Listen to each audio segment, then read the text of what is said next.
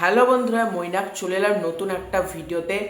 একটা আর্টিকেল দেখলাম এবং সেই আর্টিকেলটা দেখার পর সোশ্যাল মিডিয়ার রীতিমতো দেখছি একটা জিনিস নিয়ে ভাইরাল। আমি ভিডিওটা অনেক আগেই তৈরি করতে পারতাম, কিন্তু আমার একটু লেট হলো, তার জন্য এক্সট্রিমলি সরি। কারণ আমি ব্যাপারটা যাচাই করতে চাইছিলাম যে কি এক্স্যাক্টলি ঘটেছে। তারপর যখন দেখলাম না, একটা পত্রিকা থেকে বলা হচ্ছে এরকম না, মাল্টিপল নিউজ চ্যানেল থেকে একটা খবর কিন্তু করা হচ্ছে। দেব মানে টলিউডের যাকে আমরা বলি সুপারস্টার মেগাস্টার যাকে বলা হয়, সেই দেবদা নাকি অপমান করলো বুম্বাদা এবং জিদ্দাকে। এবং আর্টিকেলটা পড়ে সত্যি বলছি আমার ভীষণ খারাপ লাগলো কাদের জন্য? দেবদার আচরণটা দেখো, দেবদা কি করেছে না করেছে আমি ভেতরকার খবর জানিও না, আর আমি কোনো ফ্যান বেস বা কাউকে কিচ্ছু দাগাবো না, কিন্তু আর্টিকেলটা পড়ে আমার ভালো লাগলো না। এটা আমার ব্যক্তিগত মতামত দিলাম। এবার এটা দেখে কিছু দেব ফ্যান এসে বলতে পারে তোমার ভালো না লাগাতে কি আছে ভাই, আমি এটা আমার চ্যানেল, যখন আমি আমার মতামত দেবই, ঠিক আছে? সুতরাং কারোর যদি ভালো না লাগে সে ভিডিওটা কুইট করেও চলে যেতে পারো, কোনো মানে এতে অসুবিধা নেই। তোমরা যাদের ভালো লাগবে তারা আমার সাথে থেকেও, যাদের ভালো লাগবে না কুইট করে যাও। কিন্তু শুধুমাত্র কাউকে আমি খারাপ মন্তব্য করব না বা কিছু করব না বলে আমি আমার মতামত সেরকমভাবে আমি দিচ্ছি না, কারণ আমার মতামতটা দিতে গেলে অনেক জায়গাতে অনেক কিছু হয়ে যেতে পারে। তাই জন্য আমি আমার মতামতটা চেপেই রাখছি। আমি আমার যেটা বলা কথা সেটা আমি ভেতরেই রাখছি আপাতত। দেখি বাকিরা কে কি বলছে, তখন যদি মনে হয় তখন কোনো একটা ভিডিওতে আমি আমার মতামত রাখবো। তবে আজকের এই ভিডিওতে আমি এক্স্যাক্টলি কি ঘটনা ঘটেছে সেটাই তোমাদেরকে জানাচ্ছি। দ্য ওয়াল থেকে আর্টিকেলটা এসেছে। পদ্মশ্রী তো পেয়েছো, এখন তো তোমার কথাই শুনতে হবে। প্রসেনজিতের উদ্দেশ্যে দেবের কথার বিস্ফোরণ। দ্য ওয়াল থেকে আর্টিকেলটা এসেছে। আমি প্রথম টুকুটা পড়ছি না, তার একটাই কারণ হচ্ছে দেবদার কি কি ছবি মুক্তি পাবে এই বছর সেগুলোই লেখা রয়েছে। আগামী বছর কি কি ছবি মানে গত বছর বেসিক্যালি কি কি ছবি রিলিজ করেছে এই বছর, আগামী বছর দেবের প্ল্যান, এগুলো নিয়ে লেখা রয়েছে। মেন জায়গা থেকে পড়ছি। বুধবার ইম্পা দপ্তরে স্ক্রিনিং কমিটির বৈঠক বসেছিল, যা শেষ হয় এক গভীর অস্বস্তি আর প্রশ্নচিহ্ন নিয়ে। বাইরে থেকে দেখলে সেটি ছিল তারকায় মোড়া এক সভা। প্রথমে হাজির জিৎ, তারপর দেব।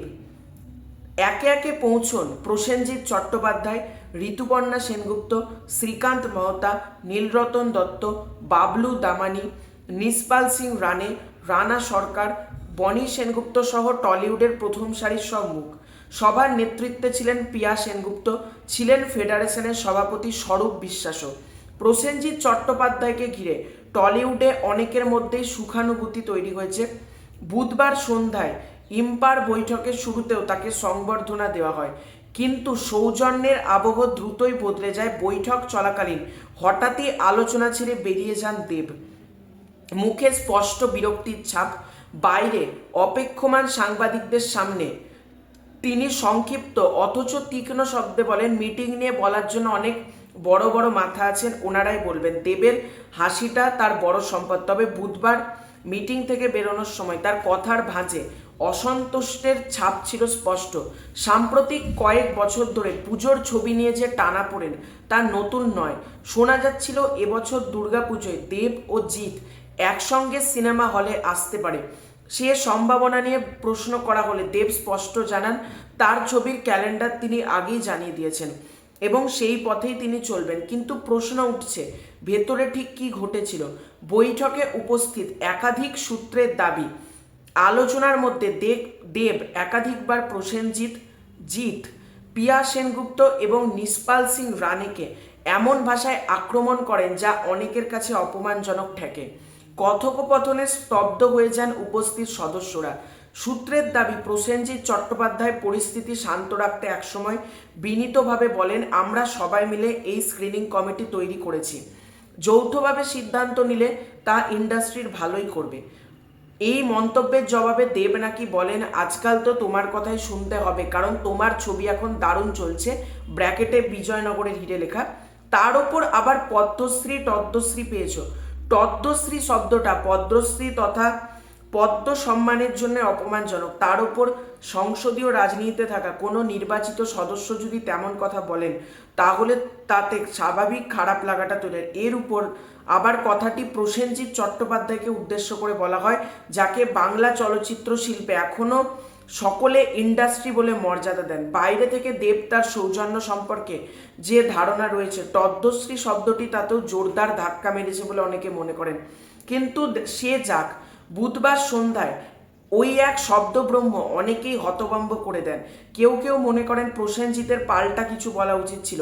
বৈঠকে উপস্থিত সবাই অবাক হয়ে গেছিলাম, একজন শিল্পী আরেকজন সহকর্মীকে কিভাবে এমন ভাষায় কথা বলেন। ব্যাপারটা নাকি এখানেও থামেনি। সূত্রের দাবি, জিতকেও রেওয়াত করেনি দেব। টলিউড জিত নির্বিবাদী চরিত্র বলে পরিচিত। প্রায় 2 বছর পর পুজোয় তার ছবি আসছে। জানা গেছে দেব জিতকে উদ্দেশ্য করে বলেন, 2 বছর পর ছবি এনে হঠাৎ জায়গা চাইছো? আর আমি তো টানা 2 বছর ধরে কাজ করে চলেছি। কেউ বলে বিপ্লবী, কেউ বলে ডাকাত। এই ছবির মাধ্যমে 2 বছর পর সিনেমা আনছেন জিৎ এবং বহু বছর বাদ পুজোয় ফিরছেন জিৎ।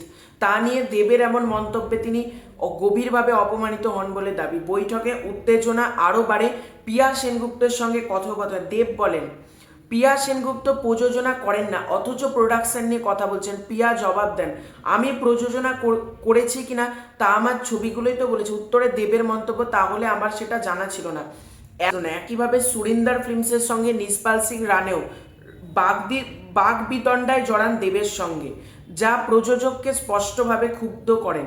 গোটা ঘটনার পর প্রসেনজিৎ চট্টোপাধ্যায়ের সঙ্গে যোগাযোগ করা হলে তিনি সবটা শোনেন। তার খুব নরম গলায় বলেন, এ বিষয়ে আমি বাইরে কিছু বলবো না, এটাই আমি বরাবর মেনটেন করেছি। প্রসেনজিতের ঘনিষ্ঠ সূত্রের দাবি, অতীতে বুম্বাদাকে আলোট পকা কিছু বলেছিলেন দেব। পরে অবশ্য ফোন করে বলেন, দাদা প্লিজ কিছু মনে করো না। এবারেও হয়তো তেমনটাই আশা রয়েছেন প্রসেনজিৎ। দেব ফোন করতে পারে। এখন কৌতূহলের ব্যাপার হলো, ইম্পার বৈঠকের পরে কি কথাবার্তা হলো। দেব এ ব্যাপারে কোনো প্রতিক্রিয়া জানালেও এই প্রতিবেদনে আউট করা হবে এরকম একটা। দেব কি ছবি আসছে সেটা তো তোমাদেরকে জানালাম। এবার দেখো, আমি এই মিটিংয়ে উপস্থিত ছিলাম না, তাই এক্স্যাক্টলি মিটিংয়ে কি কথা হয়েছে না হয়েছে আমার পক্ষে জানা সম্ভব না। এবং আমার প্রসেনজিৎ চট্টোপাধ্যায় হোক, দেব হোক, জিৎ হোক, কারোর সাথেই পার্সোনালি ফোনে কথা হয় না, তাই আমার পক্ষে বলা সম্ভব না ঠিক কি ঘটেছে মিটিংয়ের ভেতরে। কিন্তু শুধুমাত্র একটা পত্রিকা না, মাল্টিপল পত্রিকা থেকে এরকম খবর করা হচ্ছে, বড় বড় ফেসবুক পেজ থেকে খবর করা হচ্ছে। সবাই কি তাহলে দেবের এগেনস্টে? প্রত্যেকে কি তাহলে দেবদার বিরুদ্ধে? আমি জানি না, আমি সিরিয়াসলি জানি না। এখন কিছু ক্রিয়েটার ভিডিও করবে, আমার ভিডিওটা তো আপলোডই হবে না। কিছু ক্রিয়েটার ফোন খুলে বলছে, হ্যাঁ দেবদাকে অপমান করা হয়েছে, দেবদা সব কিছু বলেনি, অথচ তারাও মিটিংয়ে কিন্তু কোনোভাবে যুক্ত না। আমার মতে বাইরে থেকে ভুলভাল মন্তব্য করা কোনোভাবেই উচিত না। যখন বড় বড় খবরের চ্যানেল থেকে বলছে, নিশ্চয়ই ভেতরে কোনো কারণ আছে। আর যদি সেটা হয়ে থাকে, আমার মতে দেবদা তার কথাবার্তা আরেকটু সংযত করা উচিত, কারণ সে হচ্ছে মেগাস্টার। তাকে টলিউডের মেগাস্টার কিন্তু প্রত্যেকে বলে, তাই তার বাচনভঙ্গিতে বা শব্দচয়নে আরেকটু ঠিক করা উচিত। এবং সে যেরকম রেগে যায় বা রুডফুলি যে ব্যবহারটা করেছে, সেটাও আমার মতে ঠিক না। আমি দেবদা বলেই অনেক ভালোভাবে কথাটা বললাম, কিন্তু অন্যান্য যদি এটা দেবদাকে যেহেতু রেসপেক্ট করি তার জন্যই বলছি। এটা যদি দেবদার পরিবর্তে অন্য কেউ করতো, হয়তো আমার আজকে অন্য কোনো কথাবার্তা কেউ শুনতে পেতো, বা হয়তো আমি এমনভাবে তাকে রিপ্লাই দিতাম, সেটা আমার তরফ থেকে বলছি। তাই কিন্তু দেবদার উচিত না। দেখো, দেবদা তো একজন মেগাস্টার, তার উচিত না কাউকে এরকম অপমানজনক কথা বলা। সেটা জিৎ হোক, প্রসেনজিৎ হোক, পিয়া সেনগুপ্ত হোক বা নিসপাল সিং রানা হোক, যেই হোক না কেন, দেবদা বলে আমি ভালোভাবে ভিডিওটা করলাম এবং আমার বেশি মতামত রাখলাম না। কারণ আমি যদি এখন আমার মতামত রাখি, কেউ আমার সাথে একমত হবে, কেউ হবে না, তাই আমি আমার মতামত রাখতে চাইলাম না। কিন্তু এসবের জন্য দেবদার ওপর কিন্তু একটা নেগেটিভ ইম্প্যাক্ট পড়তে পারে, এটা আমার মনে হয়েছে।